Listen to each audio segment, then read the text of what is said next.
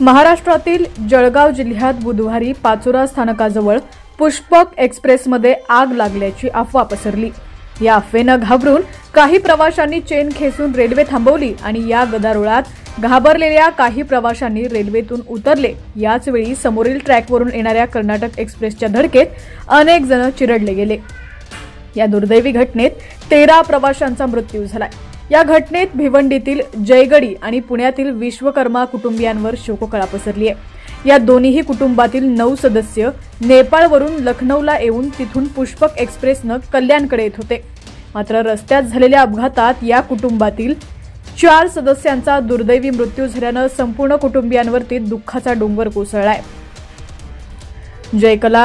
जयगडी या 60 वर्षीय महिला मूळच्या नेपाळ देशातील आहेत। त्यांचा मुलगा भिवंडीतील इमारतीवर वॉचमन म्हणून काम करत असून इथेच तो कुटुंबियांसह राहत आहे। जयकला या भिवंडी इथं आपल्या नातवंडांना प्रथमच भेटण्यासाठी आणि आपल्या आजारावर उपचार करून घेण्यासाठी येत होत्या।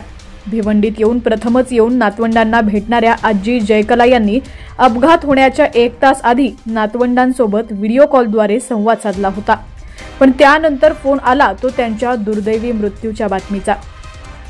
आपली आजी भेटणार यामुळे भिवंडीतील जयगडी कुटुंब आनंदात असतानाच आजीच्या दुर्दैवी मृत्यू झाल्याची बातमी समोर आली आणि जयगडी कुटुंबियांवर एकच दुःखाचा डोंगर कोसळला। तर दुसरीकडे याच कुटुंबाबरोबर नेपाळ येथील कुच्ची कलिस्थानमधील विश्वकर्मा कुटुंब पुण्यातील इंद्रायणी नगर सद्गुरू कंपनीत काम करत होते। या दुर्घटनेतील मयत नन्ना विश्वकर्मा 55 हे या कंपनीत काम करायचे। त्यांची पत्नी मेश्रा विश्वकर्मा वय 45 या मुतखड्याच्या आजारानं त्रस्त असल्यानं त्यांना देखील उपचारासाठी ते गावाहून आपल्यासोबत घेऊन निघाले होते। त्यांच्यासोबत त्यांचा मुलगा हेमंत विश्वकर्मा वय 11 वर्ष हा देखील येत होता।